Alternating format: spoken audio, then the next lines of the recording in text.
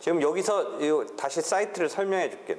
이거는 결국 내가 하는 건데 대외적으로는 내 개인 사이트가 아니기 때문에 이렇게 나가는 거고, 여기에 내가 내 개인 사이트를 연결시키는 형식을 취한 거죠. 이게 내 개인 사이트고, 그 다음에 이 로 아카데미는 사실 요거 구상하기 전에는 내가 강의, 교육 이런 사이트로 구축해 놓은 거죠. 이거는 지금 임시로 민사라고 해서 들어갈 수는 있다라고 했죠. 들어가면 1년 거 강의 같은 게 다 내 개인적인 강의가 다 올라가 있어요. 그래서 이 로 아카데미 여기를 이용하려면 지금 회원가입이 통합이 안 돼 있어서 여기는 내 개인 사이트에 회원가입을 하면 여기까지 자동으로 올라가니까 아까 여기에서 내 개인 사이트는 대부분 그냥 볼 수 있는데 여기 시간의 흐름 이런 사진 보려면 좀 뭐해서 내가 이건 회원가입을 시켰는데, 하여튼 회원가입을 여기서 해버리면 아까 로 아카데미까지 연동이 돼요. 하여튼 이 개인 사이트에 로그 회원가입을 해버리면 전체로 다 갔으면 좋겠는데 그렇지 않고 여기 거랑 이 로 아카데미는 연결되어 있고, 로 아카데미는 뭐 임시로는 들어갈 수 있는데 다는 안 보여주고 있고, 정식 회원가입하면 보여주고 있고, 그 다음에 이 로 센터는 통합돼서 지금 로그인 못하니까 여기에 가입을 하면 이제 될 거예요. 임시 버전을 내가 해놨으니까 본인이 회원 가입하고 로그인을 하면 본인 페이지가 하나 뜨고, 본인 페이지 중에 수강 중인 과정, 만약 수강 신청하려면 지금 로 렉처에 요 지금 과정이 있으니까 수강 신청 해버리면 요걸로 그답 지금 들어가고, 요것도 요 로 센터는 어플식이 아니라 모바일 앱으로 게시판적으로 간단히 볼 수 있게, 강의까지 볼 수 있게 해놨으니까 모바일 웹용도 있으니까 그렇게 하면 되고요. 그렇게 해서 강의를 수강하고 마이 페이지를 가면 자기 계좌, 강의 계좌가 뜨니까 여기서 지금 강의 목차에 3회분이 올라가 있고, 자료실에 보면 지금 자료를 올렸어요. 법학 입문 자료 지금 여기 가면 볼 수 있을 거예요.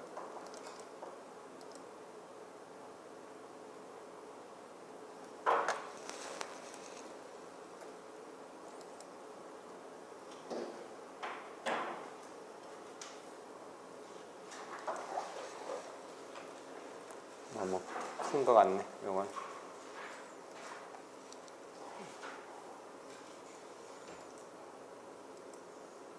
오늘 법학 입문 조금 보안 강의 하면서 오늘 또 물건의 발생 소멸, 그 다음에 채권법 등에 대해서 채권의 발생 소멸, 그 다음에 채권의 이전, 뭐 이런 등등에 대한 1강에서 했던 얘기를 한번 쭉 그게 어디에서 해당되는 얘기로 나오던 것을 잘 흐름상 하나로 모아서 설명했는지를 보도록 할게요. 법학 입문에서 일단 용어를 자꾸 익숙해져야 되는데, 선의 악의 이런 말이 자주 나와요. 선의의 제3자에게 대항할 수 없다. 민법의 총칙을 보면 지금 저번 때 우리가 조금 권리 능력, 행위 능력 이런 얘기를 했고, 그 다음에 자연인에 대해서 법인이라는 또 하나의 권리 주체가 있고, 그 다음에 그 주체에 대해서 설명이 끝난 다음에 법률행위라는 게 민법 정칙에 나오는데 그 법률행위를 배우다 보면 뭔가 흠결이 있는 이런 법률행위로서 통정 허위 표시는 일반적으로 우리가 뭐 쓰는 말로 하면 짜고 나서 서로 짜고 한 행위예요. 그러니까 그거는 무효인데 설사 둘이 짜서 한 행위라서 무효이지만 그것을 갖다가 영문을 몰랐던 사람한테는 무효라고 주장하는 데 대해서 대항하지 못한다. 이렇게 쓰고 있거든요. 그래서 108조에 보면 통정허위 표시 이런 말 많이 써요. 그래서 통정한 경우에 당사자 사이에는 무효인데 그 무효라는 것을 나중에 그것을 전제로 뭔가 일을 벌린 사람한테 갑자기 우리 그냥 짜고서 한 거다 라고 한다면 그 사람 황당하죠. 그러니까 그런 제3자한테는 이 짜고 해서 무효이다, 통정으로서 무효이다를 선의의 제3자에게 대항할 수 없다, 이런 조문이 있어요. 이때 선의는 느낌은 뭐 착하다라는 의미로 써도 뭐 언뜻은 이해되지만 정확히 이런 경우는 모른다라는 의미로 써요. 그때의 악의는 안다.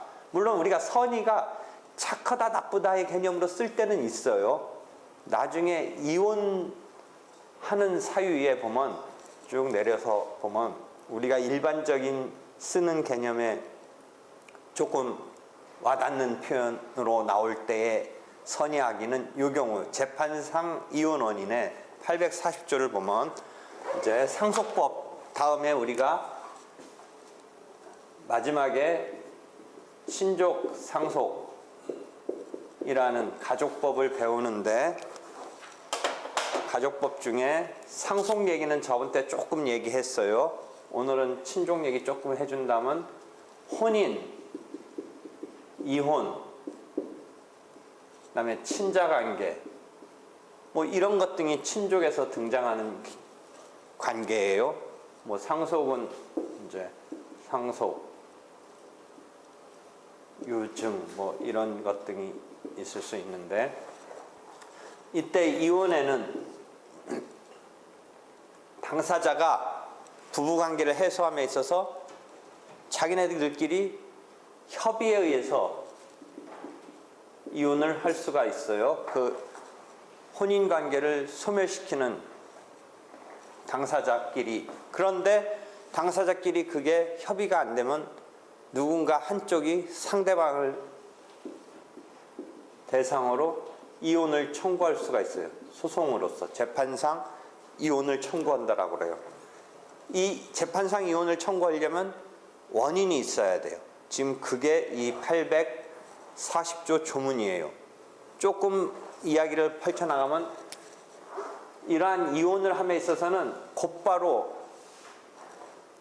재판상 이혼 감에 있어서 법원에 우리 이리저리한 이유가 있어서 헤어지게 해달라고 함에 있어서는 정식의 재판에 앞서서 조정전치주의라고 그래서 그런 용어를 이제 써요. 조정이라고 그래서 완전히 분쟁을 갖다가 법률을 해석 적용해서 딱 매듭 져주는 그거 이전에 구체적 타당성 있는 해결책을 제시하기 위해서 조정이라는 절차를 밟게 되는데 요 혼인의 해소에 있어서는 그러한 조정 절차를 먼저 선행적으로 거쳐야 된다라는 의미에서 조정전치주의라고 하는데 하여튼 그런 걸 거쳐서 이혼을 청구 정식으로 하는 경우에 또 하나 알아둘 개념은 유책 배우자는 원칙적으로 이혼을 청구할 수 없다.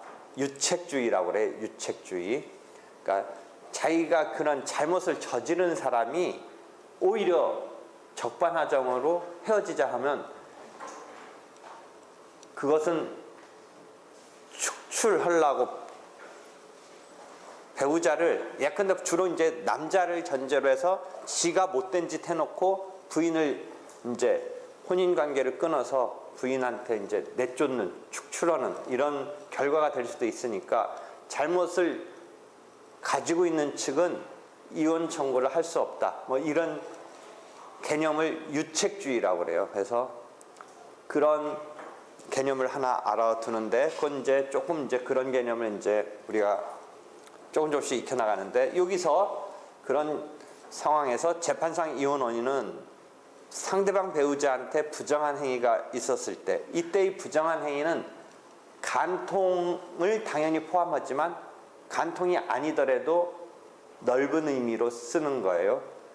그래서 실제 막 신문에 이렇게 가끔가다 나오는 것 중에 좀 황당한 건 있는데, 부정한 행위에 꿈속에서 부인이 어떤 외간 남자를 자꾸 꿈속에서 이렇게 외치고 그랬는데, 실제 약간의 썸씽이 있었는데 그래서 이혼을 받아주고 뭐 이런 경우도 있었어요. 평소에도 조금 이렇게 못마땅했는데 꿈속에서 자꾸 딴 사람 남자 이름을 부르고 그러다가 그렇게 된 경우도 있고 막 그래요. 그러니까 간통보다는 넓은 개념이에요.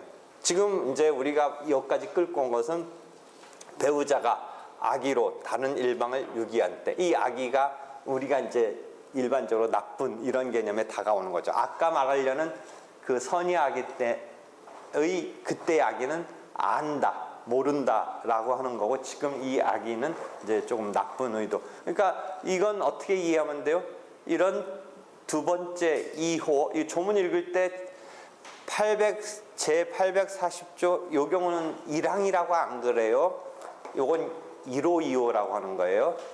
동그라미 됐을 때가 1항이고 요 경우는 1호, 2호인데 뭐 2항이라고 그래서 뭐 그렇게 틀린 건 아닌데, 정확히 말한다면 2호 사유에 악의로 다른 일방을 유기한 때의 악의는 이제 나쁜.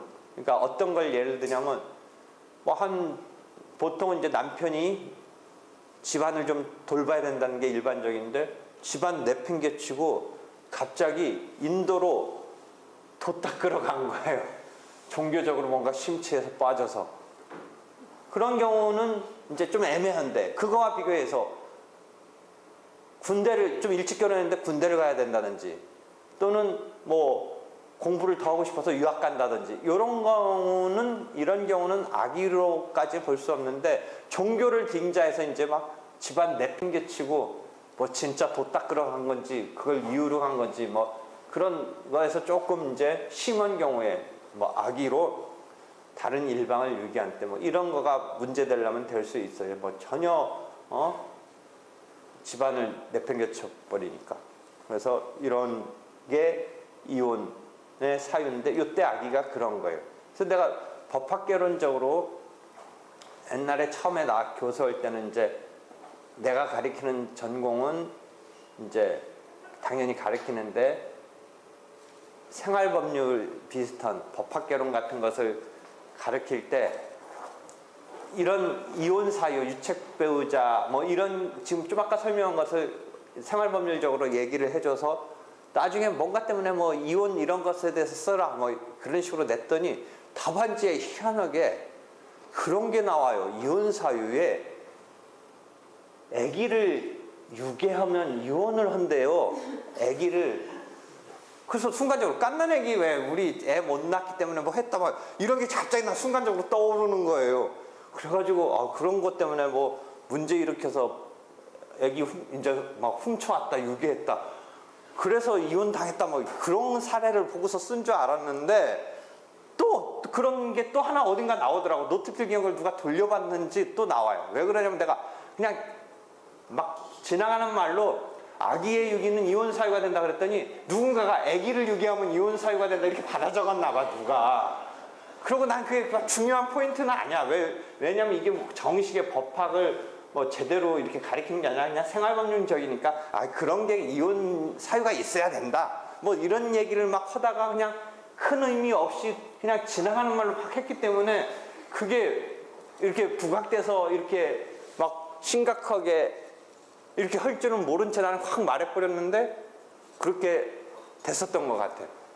그래가지고 답안지에 내가 발음을 정확하게 안 한 뭐 탓도 있지만, 아기의 유기는 뭐 이혼 사유가 된다 이렇게 그냥 지나가는 말로 했던 것 같은데, 아기를 유괴하면 아기를 유괴하면 뭐 이런 식의 답안이 있었던 것 같아요. 그래서 하여튼 민법에서 선의악이 많이 나오니까 알아두고, 두 번째 추정 간주. 추정은 저번 때 점유에서 저번 때가 아니라 요 앞 시간에 점유취득시효를 배웠는데, 점유취득시효에서 20년간 평온 공연하게 20년간 점유를 해야 된다. 그러면 그걸 갖다가 20년간 점유를 이제 자기가 취득시효를 인정받으려는 사람은 그런 것을 주장해서 법원을 납득시켜서 증명을 해서 받아내야 되는데, 20년간 점유한 것을 어떻게 하느냐? 20년간 계속 있었다는 걸 증명을 어떻게 하느냐? 어떤 시점에 점유했고 또 어떤 시점에 점유했으면 그 사이는 점유한 것으로 추정한다. 이런 식이에요. 그러니까 내가 출석을 학부 수업, 로스쿨 수업 가끔가다 부르는데, 매번 안 부르는데 한 달에 한 번꼴 부르는데 그때마다 결석이 돼 있는데 갑자기 나와가지고 얘기하는 거예요. 자기 빠진 적 없다는 거예요. 그럼 내가 한 달에 한 번 내지 두 번 부르는데 계속 어째 너는 내가 출석 부르는 때만 안 왔냐? 자기는 딱 그런 때만 안 왔다는 거예요. 나는 그 좀 이상하다. 결국 너는 일주일에 2번씩 오는 것 중에 한 달이면 8번인데 한 2번 불렀는데 그 사이 부를 때마다 결석했으면 나는 그 사이도 결석했을 이게 무진장 높은 거 아니냐? 너 학점 못 주겠다. 그러니까 쟤는 우연히 그 이틀 2번 불렀을 때만 안 왔다는 거예요. 나는 아닌 것 같다. 그러면 해가지고 그럼 네가 노트 필기한 거라든지 그런 상황을 증명해내야 된다. 이런 얘기를 막 해요. 우리 법학을 하니까. 그때 내가 뭐를 쓴 거예요? 예컨대 3월 한 10일에 한 번 부르고 한 3월 말쯤 불렀는데 그 사이에 한 6번 정도 수업이 있었는데 그 사이 것도 너는 안 왔을 것 같다. 라고 할 때 지금 좀 아까 말한 거랑 특정 시점과 특정 시점에 점유했으면 그 사이 기간도 점유했다. 그래서 20년간 점유했다. 이런 추정을 쓴단 말이죠. 이 추정은 아닌 것으로 번복할 수 있는 거예요. 아까 내가 어떻게 했어요? 3월 10일부터 한 3월 말쯤 2번 불렀을 때 그 사이에는 안 불렀지만 너가 결석했었을 가능성은 무진장 높다. 그러니까 내가 학생한테 뭐라 그래요? 네가 진짜 왔으면, 네가 진짜 억울하면 우연히 안 온 이틀 2번 딱 걸렸는데 나로부터 그 한 달 다 결석한 것으로 취급되는 것이 억울하면 어떻게 내가 하라는 거예요? 노트 필기라든지 그 수업에서 내가 농담한 걸 그대로 한번 묘사해봐라. 해봐라. 그렇게 해서 네가 증명을 해내야지. 그렇지 않으면 너는 나머지 출석 안 부른 때도 결석한 것으로 내가 추정한다. 이런 이야기를 하는 거예요. 되겠죠? 추정이라는 개념. 여러 가지 조문에서 빈번하게 나와요. 엊그제 동시사망의 추정 이야기 했잖아요. 동일한 위난으로 예를 들어 비행기가 떨어졌을 때 순간적으로 확인해보면 똑같이 같은 분초에 죽지는 않았겠지만 이걸 헤아릴 수 없으니까 일단 동시사망으로 추정한다. 이 추정이죠. 이 조문은 되게 교과서적인 조문이었었는데 우리가 그냥 교과서에 동일한 위난으로 하면서 이렇게 했는데 특이한 게 진짜 사건이 한번, 이 사건은 그냥 외국에서가 아니라 우리나라에서 한번 나온 적이 있어요. 괌에 벌써 한 7, 8년 된 것 같은데 유일하게 사이만 병원 때문에 하루인가 늦게 가려고 그 비행기 안 타고 장인 부인 해서 한 7, 8명 가족 다 죽고 그 장인이 재산이 되게 많았던 이런 사건이 한 번 있어가지고 그게 실제 우리나라에서 나타났었던 이런 사건이 한 번 있었어요. 그 이전에는 그냥 되게 교과서적으로만 우리가 그냥 익혔던 건데 현실로 나타난 게 되게 더 복잡한 문제를 낳았어요. 그러니까 그 죽은 장인 재력가에 다 죽고 형제들이 유일하게 제일 가까운 이 혈육으로 남고 사이가 남았는데 사이한테 갔을 거예요, 결국. 근데 사이도 의사라서 돈이 그렇게 먼 사람 아닌데 하여튼 분자 한 번 붙었어요, 그 분자. 민법 153조의 기한의 이익과 그 폭이 기한은 채무자의 이익을 의한 것으로 추정한다. 그러니까 돈 빌려주면서 기한을 줬으면 그 사이까지 이제 채무자가 쓸 수 있는 거죠. 그다음에 부의 친생자의 추정, 요 친자 관계예요. 처가 혼인 중에 포태한 자는 부의자로 추정한다. 처가 혼인 중에 포태했어요. 혼인 중에. 그러면 부의자로 추정한다. 이렇게 친생자 추정을 받는 거예요. 혼인 중에 포태했으니까. 근데 혼인 중에 포태했는데 이것도 좀 막장 드라마로 생각하면 남편이 아버지가 아닐 가능성 생각해봐요. 그렇죠? 그래도 혼인 중이니까 친생자 추정을 받아요. 실제 막장으로 갔으면 그 부인이 막장과 같은 짓을 했으면 남편은 일단은 자기 아들로 이거 해야 돼요. 일단은 왜? 자기랑 혼인 중에 있는 부인이 포태를 혼인 시점에 해버리니까 그렇게 돼요. 그렇죠? 그럼 혼인 중에 포태한 것은 어떻게 우리가 생각하겠어요? 혼인 중에 포태한 것은 예를 들어 기간으로 나중에 조문 보면 해요. 사람이 포태에서 태어나는 게 일반적으로 10개월 만에 태어난다고 하는데 그런 정확히 말하면 280일인가 그렇다고 하는데 그거 가지고 나중에 이제 기간을 혼인 중에 포태했음을 보면 아주 빨리 태어나도 200일 이전에는 안 태어나니까 혼인 시작한 다음에 한 160일 만에 태어났으면 좀 아리까리한데 혼인 중에 220일 만에 태어났으면 혹시 조수가로 태어났다면 혼인 중에 태어난 건데 이게 사실은 280일짜리로 태어나야 했는데 220일 만에 태어났으면 뭔가 혼인 전에 뭐가 있었어야지 나오는 거잖아요, 상황이.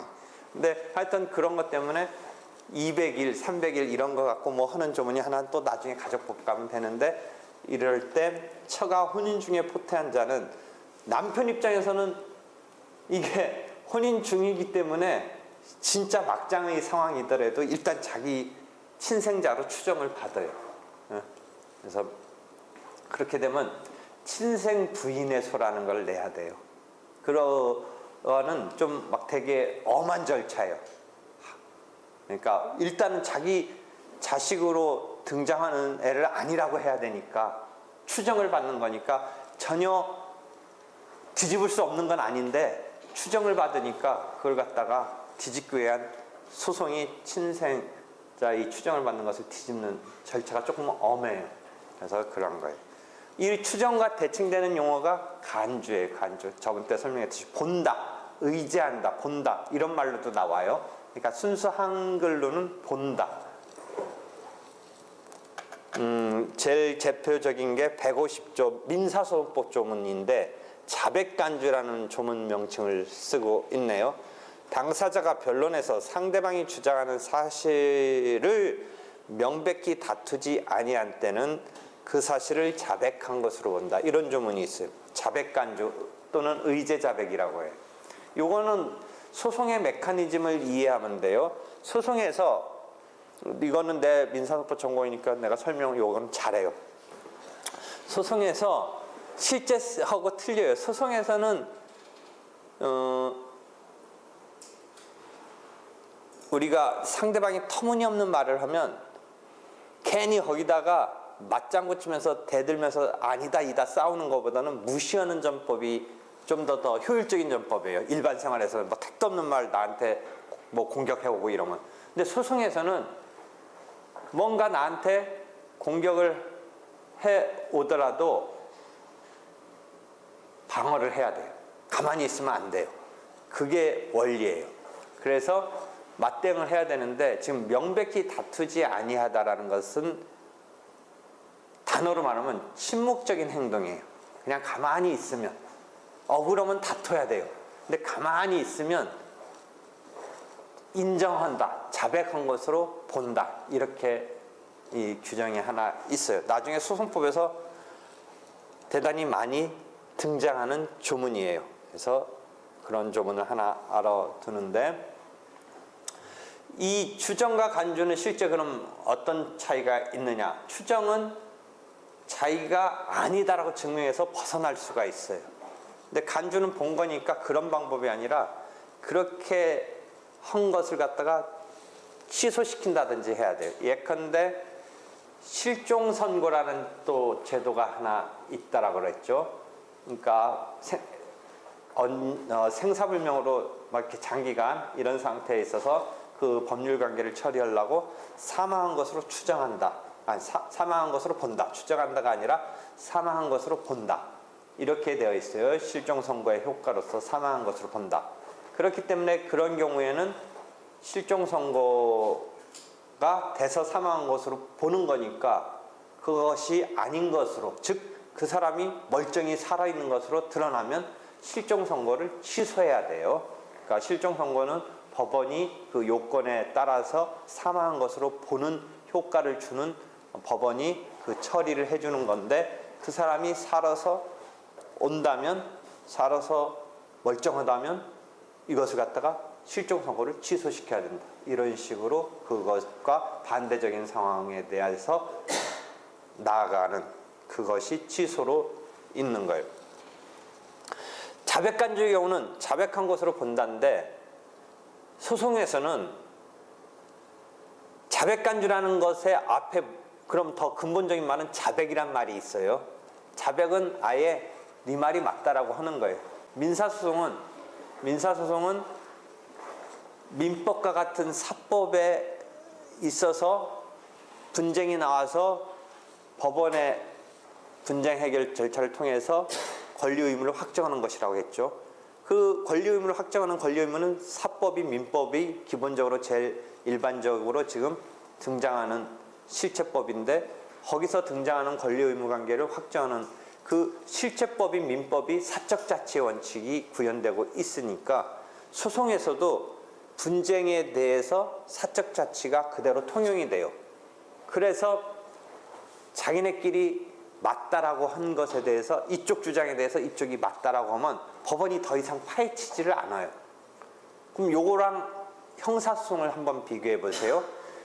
형사소송과 같은 것은 당사자끼리 괜찮다라고 하는 이런 시스템에 대해서 그대로 그것을 통과시켜 주지 않아요. 예컨대 범죄를 저질렀다라고 자백을 했다라고 해서 그것만으로 이놈을 죄를 진 것으로 해서 곧바로 그것만 갖고 처벌할 수는 없다가 형사소송법에서의 하나의 원리예요. 그래서 그 나오는 용어가 자백의 보강법칙이라는 용어가 나와요. 형사소송법은 자백만으로 안 되고 보강해주는 이런 것이 필요하다. 왜 그러냐면 고문 같은 것을 할까봐 그래요. 그 역사적으로. 왜냐면 일단 이 죄를 졌다고 의심되는 사람을 다그쳐서 내가 저질렀어 라고 자백받는 것만으로 이 사람 처벌할 수 있으면 안 되겠다는 생각을 한 거예요. 그러니까 형사소송에서는 처벌을 하기 위해서는 그 형법의 범죄의 형벌, 범죄를 저질러서 처벌하기 위한 그것을 이제 절차적으로 형벌을 부과하는 형사소송에 와서 이자에 대해서 자백을 가지고 그 죄를 인정하는 데 대해서 곧바로 그것만으로 안 된다가 자백의 보강법칙이라고 등장을 해요. 반면 민사소송은 사적 자치에서 출발하니까 분쟁 해결에 있어서도 오케이 하면 법원이 더 이상 그걸 갖다가 다른 증거 같은 걸 파헤치지를 않아요. 그것을 자백에 대해서 이 자백의 구속력이라고 해서 법원도 그대로 당사자끼리 싸움이 없는 거는 그 사실 인정의 기초로 해서 뭔가 또 싸움이 난 것을 부과해서 어떤 권리 의무를 확정해 줘야지, 그거는 더 타치하면 안 돼요. 그게 민사소송의 기본 원리예요. 그런 자백이 이제 명백히 그런 일이 있다 라고 해요. 그럼 어떤 때 뭐 그런 게 있냐? 돈 빌려줬는데 왜 안 갚냐라고 하는 싸움이 있다고 쳐봐요. 채무자가 법정에서 이렇게 얘기해요. 돈 빌린 건 맞는데 하고서 그건 일단 인정을 해요. 그런데 이제 그럼 왜 지금 이 싸움이 됐냐? 갚았는데 채권자가 갚은 것을 지금 안 받았다고 하고서 나한테 돈 또 내놓으라고 한다라가 채무자 내지는 피고의 얘기일 때의 과정을 본다면 원고인 채권자는 돈 빌려줬다 갚아라라고 하는데 채무자가 기본적으로 피고가 된 채무자가 보통의 통상의 싸움은 돈 빌린 적 없다가 하나의 싸움이 될 텐데 지금 내가 말하려는 것은 돈 빌린 건 맞다. 그런데 갚았다예요. 그러니까 아직 싸움은 되는데 갚은 거는 싸움이 되고 있지만 빌린 거는 지금 인정을 해버렸어요. 그것을 자백이라고 그래요. 그런데 그 자백에 대해서 법원이 더 이상 파헤칠 필요는 없어요. 오로지 이 싸움은 갚았느냐를 확정해 주면 되는 거지 빌렸느냐는 그대로 사실 인정의 기초로 하면 돼요. 그게 민법의 사적 자치가 그대로 소송법에 와서 분쟁 해결에서도 당사자한테 자백에 대한 그런 것이 있었다는 당사자 사이에 법원이 그대로 따라야 된다는 자백의 구속력으로 등장을 해요. 그런 명백히 인정한 자백과 같이 의지해서 간주해서 봐서 취급하는 게 침묵적인 행동도 그렇게 본다는 거죠. 그러니까 아까 말한 대로 민사소송에서는 억울하면 대들고 싸우고 막 해야 되는데 가만히 있으면 이쪽에서는 자백 그 자체는 아니지만 자백한 것으로 본다. 이런 조문이 150조 1항에 쓰이고 있는 거예요. 그러면 자백 또는 자백간주는 실제 나중에 그게 아니다 라고 하는 취소라는 것으로 아닌 것으로 번복을 하려면 함부로 인정이 되지 않아요. 자백 내지 자백간주는 민사소송은 그러니까 선뜻 인정해주면 나중에 그것을 갖다가 아닌 것으로 주장을 완전히 리버스 시켜가지고 하기에는 자칫하다가 할 수 없게 돼요. 자백을 한번 해버리면 나중에 취소, 철회라는 말을 쓰는데 취소, 철회를 함부로 할 수가 없다라는 원리가 작동을 해요. 일단 그런 정도 알아두시고요. 그래서 추정, 간주 등에 대한 용어 사용 이해하고요.